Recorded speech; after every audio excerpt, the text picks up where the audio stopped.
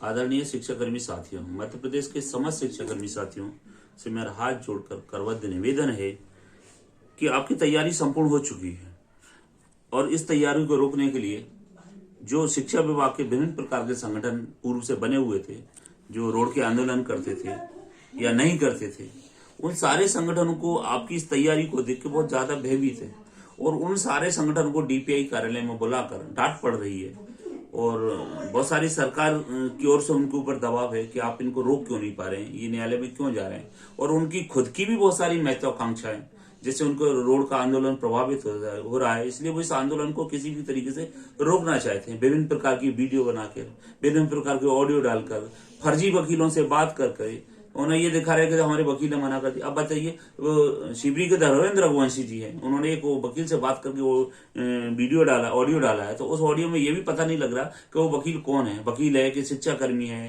कि कोई आम व्यक्ति है कि कोई कृषक है कि कोई मजदूर है, किससे बात कर रहे हैं। कम से कम उसका नाम तो बताते कि इस वकील ने हमसे ये कहा, बस लमसम में कुछ भी कहे चले जा रहे हैं। तो आप सोचिएगा कि ये ऐन के तरीके से आपके आंदोलन को, ये मुहिम को खत्म करना चाहते हैं, इस मुहिम को नुकसान पहुंचाना चाहते हैं। अब उन्होंने एक और चीज दी कि अधिकार क्षेत्र में जो न्यायालय आता है वहां पर पिटीशन लगाएं, ग्वालियर वाले ग्वालियर में लगाएं, इंदौर वाले इंदौर में लगाएं, जबलपुर वाले जबलपुर में लगाएं। हमसे ये पूछिए कि जब कोई सरकार किसी कानूनों नियमों को, संविधान के अनुच्छेदों को का उल्लंघन करके बनाती है, तो उस समय उसको हम रिट पिटीशन कहते हैं। अगर उससे हम पीड़ित होकर किसी न्यायालय में जाते हैं तो रिट पिटीशन कहलाती है और वो केंद्र सुप्रीम कोर्ट में वो अनुच्छेद 32 के तहत सुनती है और 226 अनुच्छेद के तहत राज्य सरकार के उच्च न्यायालय में सुनती है।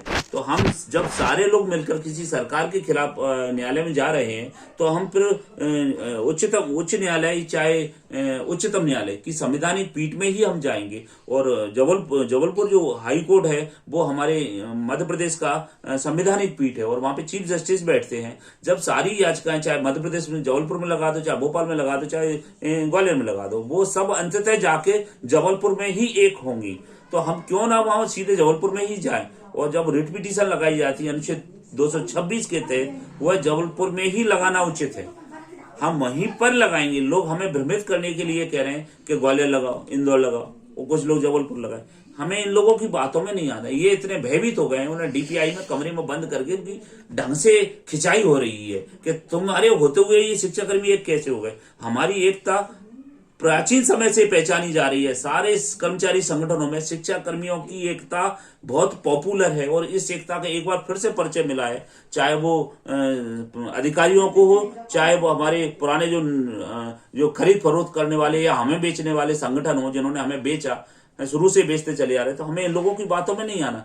हम जबलपुर में जाएंगे, पर्याप्त आधार है, हम केस जीतेंगे, पर्याप्त आधार है, जबलपुर में ही याचिका लगाएंगे, हम खंडपीठों में नहीं लगाएंगे, क्योंकि हमारी संवैधानिक रिट पिटीशन है और हम इसको एक जनहित याचिका का रूप देंगे। और दूसरी एक और बात बता देता हूं, हम इसको किसी समिति के नाम से नहीं लगाएंगे, किसी संस्था के नाम से नहीं लगाएंगे। कारण क्यों है कि निश्चित है संविदा से और समिति के माध्यम से लगाया गया प्रकरण जनहित प्रकरण नहीं बनता है, क्योंकि वह प्रकरण राजनीतिक प्रकरण का रूप ले लेता है। इसलिए जो चीफ जस्टिस बैठे रहते हैं या जजेस बैठे रहते हैं, उनके दिमाग में ये आता है कि अपना राजनीतिक फायदा लेने के लिए ये फलानी समिति ने ये केस लगाए, इसलिए हम पर्टिकुलर व्यक्ति के नाम से ये केस लगाएंगे। चाहे हमारे 2000 व्यक्ति हो, चाहे हमारे 20,000 व्यक्ति हो, सबका उसमें नाम होगा, लिस्ट पे पूरा नाम होगा और हम शासन को पार्टी बनाएंगे। इसलिए हम किसी समिति के नाम से केस, बिल्कुल वो समिति के नाम केस लगाने से हो सकता है हमारा खर्चा कम आए, हमारा बहुत कम खर्चे में काम हो जाएगा। हम व्यक्ति के नाम से लगाएंगे तो हर व्यक्ति की फीस जमा होती है कोर्ट फीस,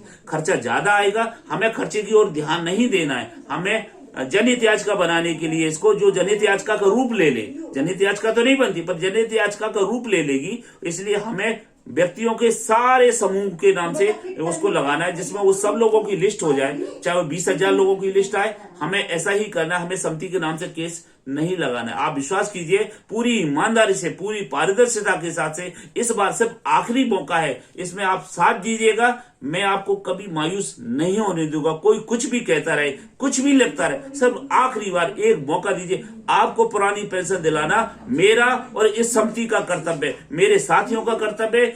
इस समिति से जुड़े हुए सभी लोगों को, जो अच्छी विचारधारा के लोग हैं, वो मिलकर काम कर रहे हैं, उन सब का कर्तव्य है। बहुत बहुत धन्यवाद।